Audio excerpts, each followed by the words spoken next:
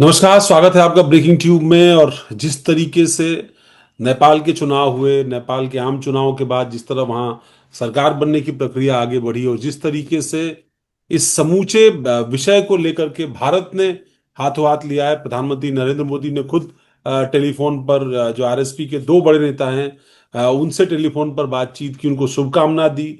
अभी हम देख रहे हैं पूरे साउथ एशिया क्षेत्र से तमाम सारे अलग अलग राष्ट्रों, यहाँ तक कि बांग्लादेश का भी जो नए प्रधानमंत्री बने हैं तारिक रहमान, उनकी तरफ से भी जो है टेलीफोन गया है नेपाल के नए नेतृत्व को लेकर के।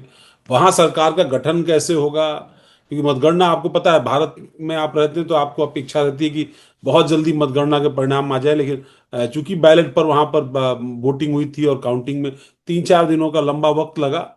लेकिन अब जब परिणाम सामने आ गए हैं और एक बड़ा बहुमत जो है वो राष्ट्रीय स्वतंत्र पार्टी को मिला है, दूसरी बार मात्र आम चुनाव में भाग लेने वाली पार्टी है। पिछली बार भी अच्छी सफलता मिली थी कुछ क्षेत्रों में, लेकिन इस बार तो प्रचंड बहुमत हासिल हुआ है और एक बेहतर परिणाम मिला है। लेकिन चर्चा चारों तरफ अगर किसी की हो रही है तो वो बालन शाह की हो रही है।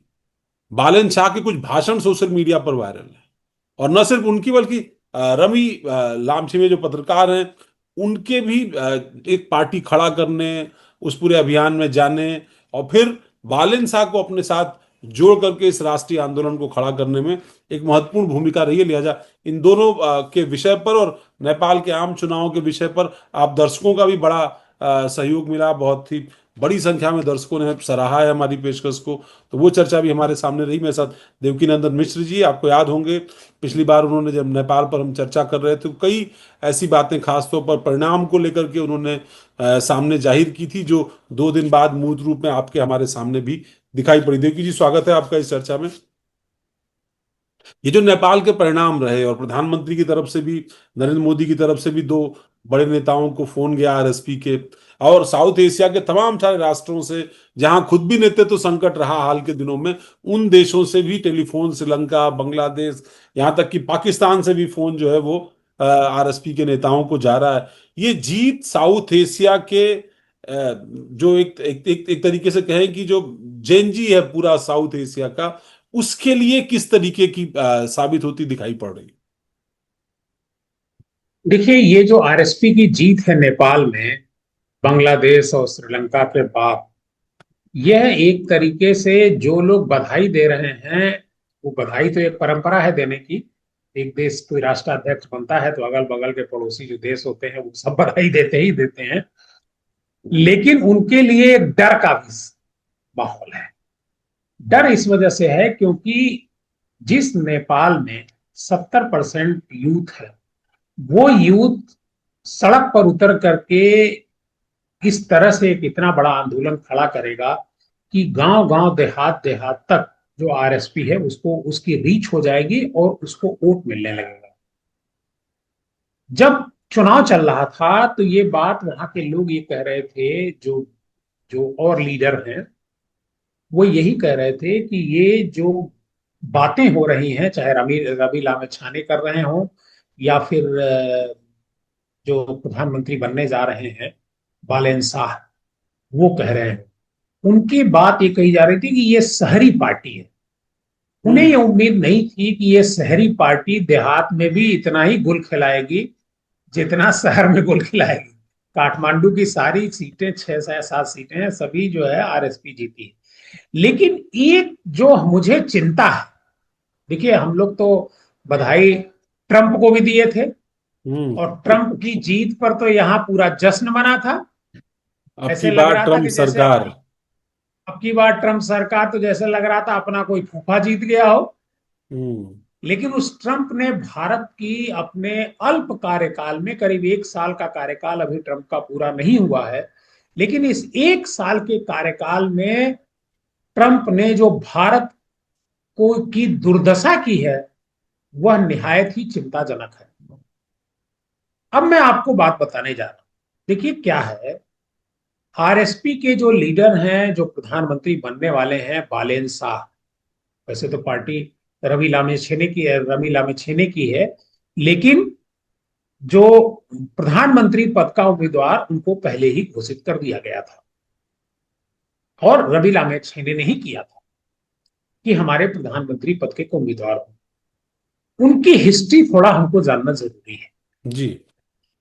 रवि लामिछे ने जब मेयर का चुनाव हो रहा था, तो ये जो रैपर महोदय हैं बालेन शाह, हम्म।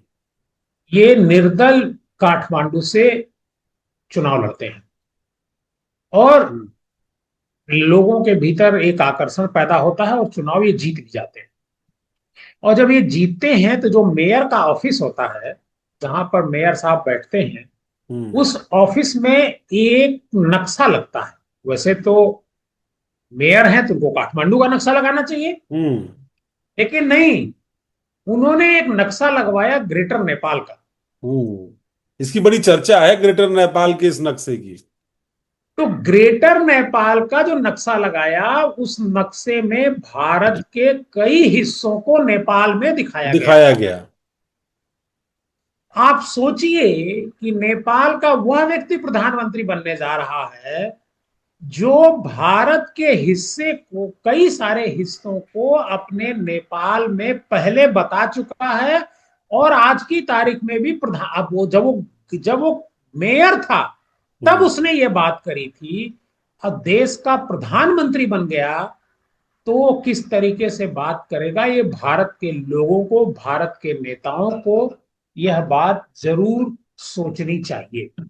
नहीं, पर एक चीज, सोचनी। एक चीज इसमें मैं एक सवाल मेरा दिमाग में आ रहा है, क्योंकि आपने भी करीब डेढ़ दो दशक पहले जब मधेसी आंदोलन चल रहा था नेपाल के अंदर, तो उस दौर को कवर किया होगा। और मैं भी बहुत लंबे समय तक और बहुत गहराई से जा करके उन इलाकों को कवर कर करके, खास तौर पर नेपाल के दुरूह इलाके हों या भारत नेपाल सीमा के बहुत बड़े इलाके रहे हों, उन तमाम इलाकों में जा करके हम कवर करके आए। जो मधेसी आंदोलन चल रहा था, उस मधेसी आंदोलन में मधेसियों के साथ खासतौर पर जिस समुदाय ने बड़ा एक तरफा सपोर्ट सपोर्ट किया है बालन शाह को, दरअसल उस मधेसी समूह समूह के साथ, समाज के साथ बड़ा अत्याचार हुआ था उस समय, अगर आपको याद हो तो। खास तौर हम्म। पर जो वहां के कम्युनिस्ट आंदोलन से जुड़े हुए लोग थे, उन्होंने बहुत सारी घटनाएं की, बहुत सारी हत्याएं की, बहुत सारे आपराधिक कृत्य वहां पर जो है वो किए। हथियार हम्म। क्रांति भी उस इलाके में की गई, और अगर आपको याद हो तो। और किस तरीके से प्रताड़ित किया गया खासतौर पर मैदानी इलाके के लोगों को। हम हम्म। किसी नैपाल में कोई पहाड़ और मैदान का विभेद नहीं करना चाहते, लेकिन एक बात जो है बहुत साफ तौर पर दिखाई देती है कि अगर आप इस तरीके का जो है विभेद करते हैं, तो ये बात समझनी भी उसी के साथ साथ जरूरी है कि आप एक समय ये सब चीजें झेल चुके हैं। और कमोबेश हम्म। ये कम्युनिस्ट आंदोलन की बात ज्यादा थी कि ग्रेटर नेपाल की बात हो, भारत की भी सीमा के बहुत सारे क्षेत्रों में, क्योंकि 1860-61 में जो मैं यही सुगौली की संधि मैं में बहुत सारा क्षेत्रफल नेपाल का तय हो चुका था। तय हो चुका, सारी संधि में तय हो चुका है। उसके बाद ये कोई कम्युनिस्ट नहीं है, ये कोई कम्युनिस्ट नहीं है। लेकिन आज अगर ये इस तरीके की मतलब आज प्रधानमंत्री बनने से पहले अगर इस तरह की बात वो करते हैं, तो आप सोचिए कि भारत को लेकर के उनका नजरिया क्या है, भारत की जो सीमा है उसको लेकर के नजरिया क्या है। चूंकि वो देश के एक राष्ट्राध्यक्ष बनने वाले हैं, इस और नाते इतने हमारे बड़े मैंडेट के प्रधानमंत्री, साथ। और इतने बड़े मैंडेट के साथ फर्स्ट टाइम बनने जा रहे हैं, तो हमारे देश के प्रधानमंत्री को, चूंकि हमारे पड़ोसी देश भी हैं, मित्र राष्ट्र हैं, तो उनकी इस वजह से ये परंपरा है कि प्रधानमंत्री जी उनको बधाई दें। लेकिन प्रधानमंत्री जी ने, देखिए, एक पहली बार आप ये ध्यान दीजिएगा, फर्स्ट टाइम प्रधानमंत्री जी ने राष्ट्राध्यक्ष के साथ जो पार्टी का मुखिया है रवि लामेछे ने, उनको भी बधाई दी है। जनरली ऐसा होता नहीं है। हम्म। अब मान लीजिए मोदी जी चुनाव जीते थे तो राजनाथ सिंह को थोड़ा कोई राष्ट्राध्यक्ष बधाई दिया था हम्म। 2014 में। हम्म। हम्म। जिसने भी बधाई दी थी वो मोदी जी को बधाई दी थी। हम्म। लेकिन मोदी जी ये जानते हैं ये एक कि ये रवि, डिप्लोमेटिक स्टेप है एक। ये डिप्लोमेटिक स्टेप है। और इसके साथ साथ मैं आपको ये बताऊं, ये जो रवि लामेछे ने, जो पत्रकार रहे हैं, 4 साल पहले इन्होंने पार्टी बनाई थी और पार्टी बना करके चुनाव लड़े थे। इनकी कुछ सीटें पिछली बार भी जीती थी, ओली कैबिनेट में ये होम मिनिस्टर रहे हैं। हम्म। और इसका जो पूरा क्रेडिट है, वो लास्ट में महफिल तो लूटा बालेन साहब ने, बालन शाह ने। लेकिन लेकिन जो क्रेडिट है वो गोज टू रवि लामेछाने। हम्म। क्यों? क्योंकि जब वो गृह मंत्री होते हैं, केपी ओली प्राइम मिनिस्टर होते हैं, तो बहुत सारे ऐसे फैसले केपी ओली लेते हैं जिस पर गृह मंत्री रोक लगाते हैं, उसको हम्म। लेकर के वो पब्लिक में जाते हैं कि ये गलत है।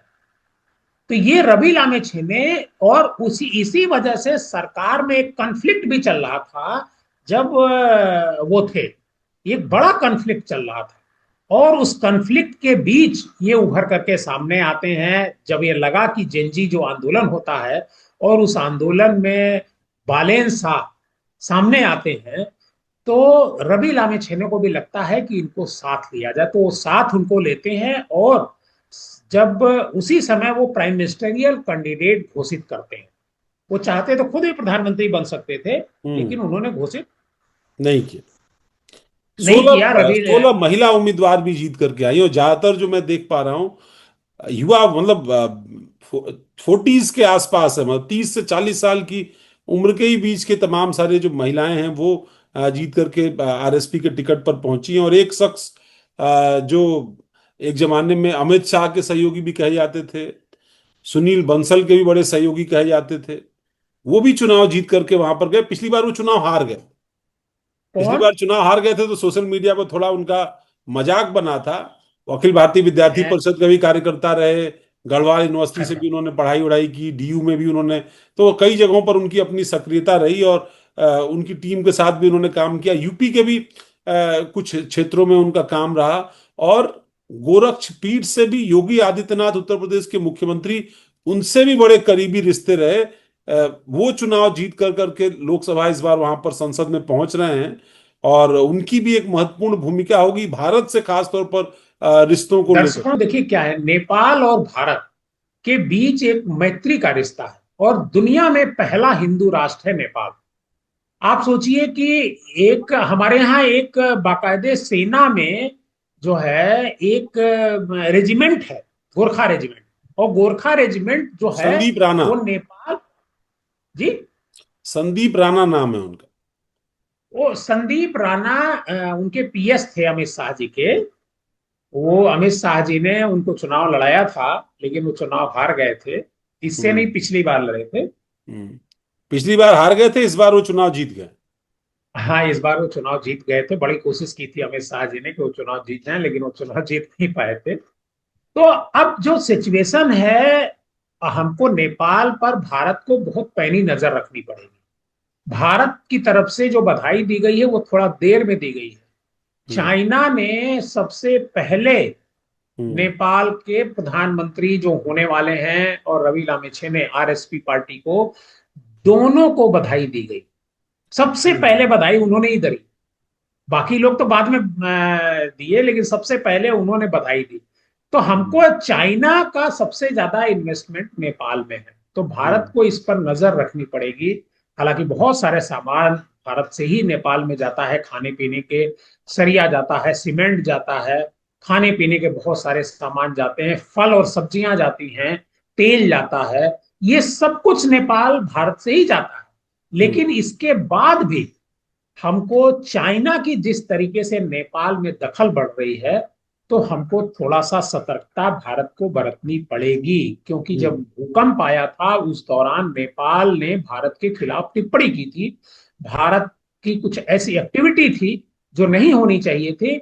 हालांकि मदद भी किया था भारत ने, ऐसा नहीं है, हम्म। लेकिन उस पर चाइना के, नेपाल की तरफ से बहुत कड़ी प्रतिक्रिया व्यक्त की गई थी, जिसके बाद भारत और नेपाल के बीच जो रिश्ता पहले चला आ रहा था, उस रिश्ते में थोड़ी सी खटास आई थी, और वो खटास उसका एक अभी तक सबसे बड़ा बनी हुई कारण है। शायद लेफ्ट पार्टियों का वहां पर जिस तरह से उद्भव हुआ था, और उनका झुकाव चीन की तरफ, अलाइनमेंट उनका चीन की तरफ कुछ ज्यादा ही था। और शायद इसलिए अब भारत देखिए, सरकार डिप्लोमेटिक। एक बात तो ये भी कही जा रही है कि एक चीन की तरफ लेफ्ट पार्टियों का झुकाव था, लेकिन बालेन शाह का झुकाव झुकाव जो है अमेरिका की तरफ है।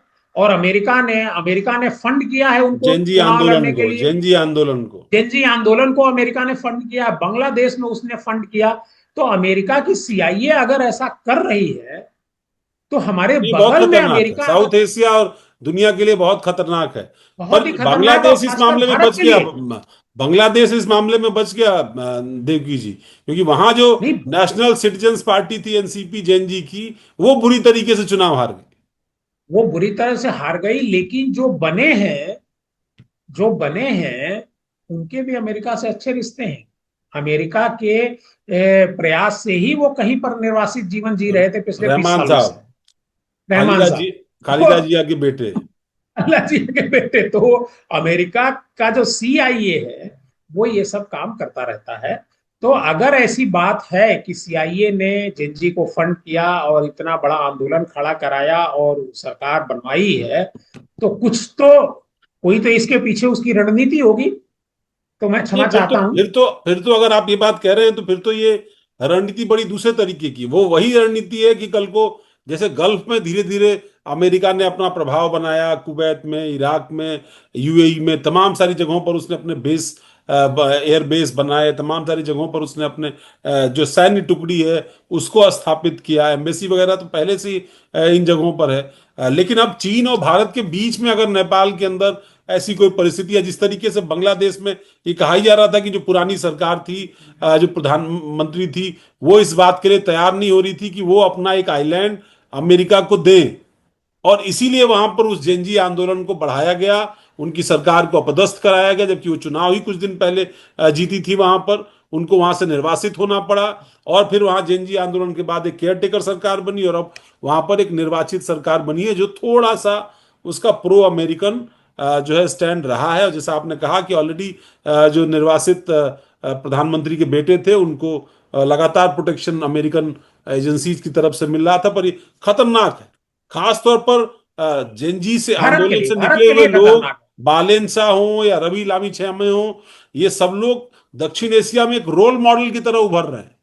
और उस बीच अगर इनका ये ग्रेटर नेपाल वाली बात या सीआईए से उनका उनका जुड़ाव, इस तरह की बातें आती हैं, तो ये कहीं ना कहीं जो उनका रोल मॉडल के तौर पर उभरने का और एक वैश्विक परिदृश्य में नेपाल के अंदर एक बदलाव करके समूचे दक्षिण एशिया पर एक अपना अपनी छाप छोड़ने की परिस्थिति आने वाली दिखाई पड़ रही थी, वो थोड़ी कहीं ना कहीं जो है वो धूमिल होगी, और उस पर खास निगाह रखनी पड़ेगी दुनिया के जो तमाम राजनीतिक विश्लेषक हैं या अंतर्राष्ट्रीय संबंधों के विश्लेषक हैं उनको। बहुत बहुत धन्यवाद देवकी जी, इस चर्चा में मेरे साथ जुड़ने के लिए।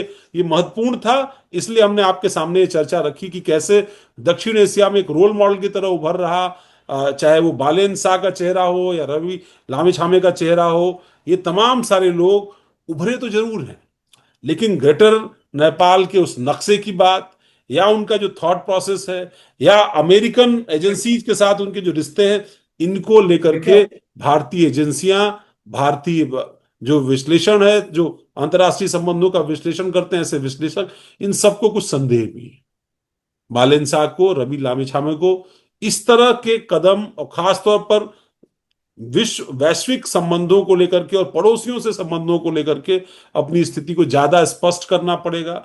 भारत के साथ उनकी कैसी डिप्लोमेसी होगी, चीन के साथ कैसी होगी, ये बेहद महत्वपूर्ण होगा। और उस उन संबंधों में संदीप राणा जैसे लोग किस तरह की भूमिका निभा पाएंगे, खासतौर पर जो अखिल भारतीय विद्यार्थी परिषद और इस बैकग्राउंड से आए हैं, वो किस तरह की भूमिका निभा पाएंगे, ये भी देखना महत्वपूर्ण होगा। बहुत बहुत धन्यवाद, नमस्कार। इस चर्चा में हमारे साथ जुड़िए, और आपकी कोई प्रतिक्रिया है तो हमें जरूर बताइएगा।